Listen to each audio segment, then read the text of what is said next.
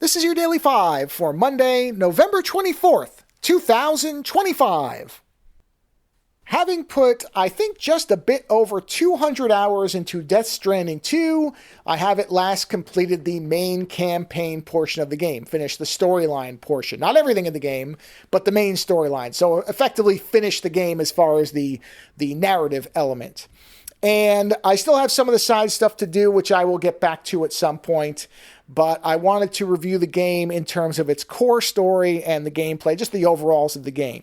And this is honestly a conflicted review for me, because I think if I had known one important thing, and this may be my kind of, and this isn't really a spoiler, but my one thing I would tell anybody who hasn't gotten this game yet and is considering it.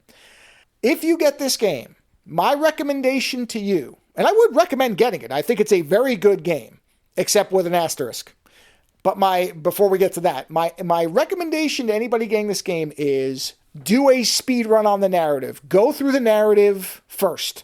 I'm not saying only do that, but make your priority finishing the main storyline of the game and then go out and explore the world. Because this is, at least for me, the first Hideo Kojima game where I felt like the story was a pretty big regression, where I felt like I actually was actively skipping large portions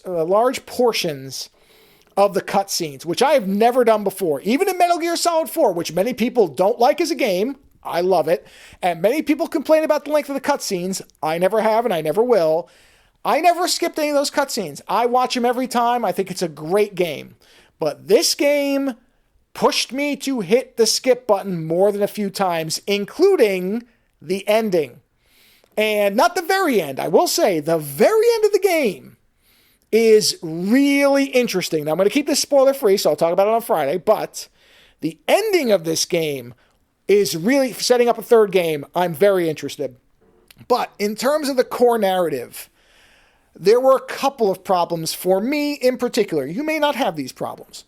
But let's get the easy part out. As far as the visuals, outstanding. Soundtrack, spectacular. Gameplay elements, the core mechanics, what you're doing, no complaints. Everything is great.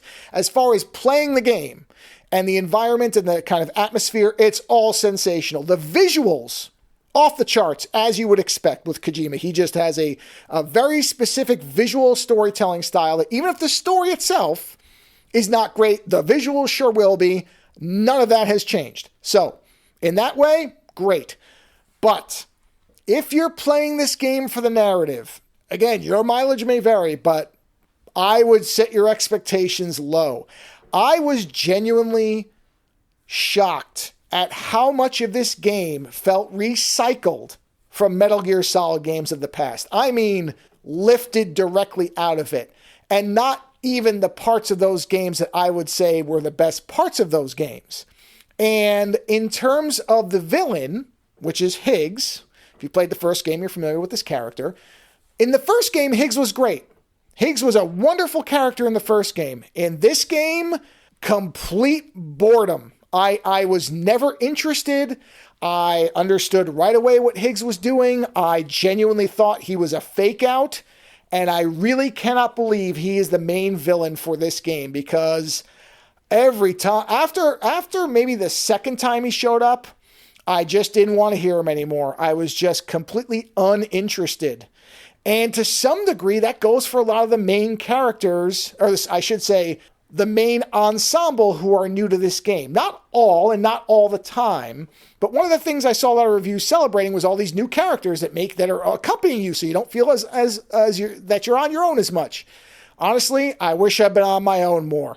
I just feel like they did not add enough to make up for some of the annoyances that came with them. So it's a very strange review for me, because this makes it sound like I didn't have a good time playing the game. And I would say that I did for 80% of the game. The 20% I didn't was all related to the narrative and the way some of these characters are set up to interact with you. So it's a very strange review, because I would still recommend it. But as I said, I would, if it was me playing it again, I would blow through that storyline as quickly as possible and then jump into the world and enjoy it. So, hey, I've played a lot of Kojima games. I've liked almost all of them. If one has a bit of a flaw, I really can't complain. Later.